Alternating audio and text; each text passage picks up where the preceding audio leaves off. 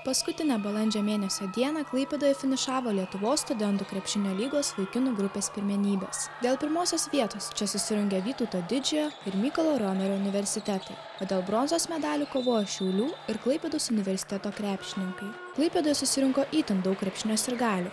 Atvyko universiteto rektoriai, Klaipėdos miesto meras Vytautas Grubliauskas ir Lietuvos studentų krepšinio lygos prezidentas Rimantas Cibauskas, kuris pasidžiaugė, kad kovoje dėl geriausiųjų vardo intrigos netrūko. Norėčiau pasidžiaugti tai, kadangi didysis finalas atkeliavo į Klaipėdą ir būtent norėčiau galbūt pasidžiaugti už Klaipėdos universitetą dėl to, kad jie iš tikrųjų parodė tą tikrąjį studentišką krepšinį, kad kovojo dėl kiekvieno kamuolio, dėl kiekvieno centimetro, kad negailėjo savęs ir aš manau, kad sirgaliai, kurie atėjo čia, iš tikrųjų nenusivylė. Kovą dėl trečiosios vietos laimėjo Klaipėdos universiteto krepšininkai. Jie po 2 metų pertraukos susigrąžino bronzos medalius. Šiaulių universiteto studentai buvo nugalėti 29 taškų skirtumu – 88–59.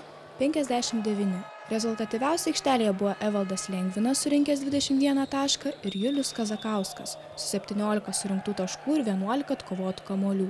Krepšininkai po kovos sakė, kad ši pergalė užtarnauta ir džiugi. Sužaidėm irgi garbingai, nedaug trūko iki pergalės, tai vis tiek džiaugiamės, kad bent jau mažajam finale žaidėm. Malonu buvo, kad nuo pat pradžių pasiėmėm ir lengvai laimėjom. Stengiamės už universitetą žaisti ir džiaugiamės to. Klaipėdos universiteto komandos treneris Dainius Miliūnas teigia, kad žaidėjai nuo pat pradžių demonstravo kovotojų charakterį, kuris jiems garantavo bronzos medalius. Pasak trenerio, neiškovoti medalių savo mieste būtų buvę negarbinga. Įvertinti galėčiau dešimtbalėj sistemoje pirmus 2 kėlinius 9.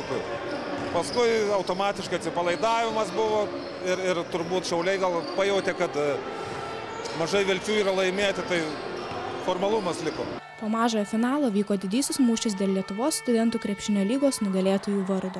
Jubiliejinį 10. kartą čempionų titulą iškovojo Vytauto Didžiojo universitetas. Kauniečiai rezultatu 86–71 laimėjo prieš Mykolo Riomerio universiteto krepšininkus. Pasak Mykolo Riomerio universiteto krepšinio komandos trenerio Vytauto Pateliūno, nepaisant to, kad šį kartą jie laimėjo tik 2. vietą, jis yra patenkintas savo sportininkų žaidimu ir patikino, kad kitąmet žada sugrįžti su dar stipresniu pasiruošimu. Pradžioje vyrai truputėlį kaip ir su tokia baime, nes yra vyrukų, kurie žaidžia žemesnėje lygoje, gal trūksta patyrimo, truputį rankos drebėjo, bet po pertraukėlės antrą pusę mes, turbūt matėt, tikrai sužaidėm neblogai, pasivijom, panaikinom tą 16 taškų skirtumą.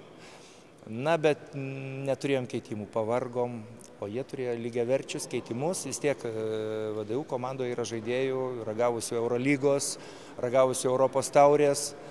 Na, pas mus biškį trūksta tokio patyrimo gal. Mykolo Riomerio universiteto gretose išsiskyrė Laurynas Samėnas su 16 taškų, o prie Vytauto Didžiojo universiteto komandos pergalės daugiausiai prisidėjo Povilas Butkevičius, pelnęs net 24 taškus. Pasak Vytauto Didžiojo universiteto komandos trenerio Arūno Juknevičiaus, pergalę jie tikrai atšvęs, tačiau gal ne taip audringai, kaip norėtųsi, nes jau vasarą laukia daug rimtų varžybų. Kiekvieną pergalę džiugina, aš nežinau, dėl to dauguma turbūt ir pasirenka tą sportininko profesiją ar trenerio profesiją, kad tai tas žaidimas ir laimėjimas, tas adrenalinas, kuris verčia nesustoti ir visą laiką siekti vis naujų ir naujų pergalių. Lietuvos studentų krepšinio lygos finalas Klaipėdoje vyko neatsitiktinai. Šiemet uostamiestis švęs 760 metų jubiliejų, taigi studentų krepšinio kovos tai tik pradžia visą miestą apimančiam džiaugsmui ir šventiniam šurmuliui.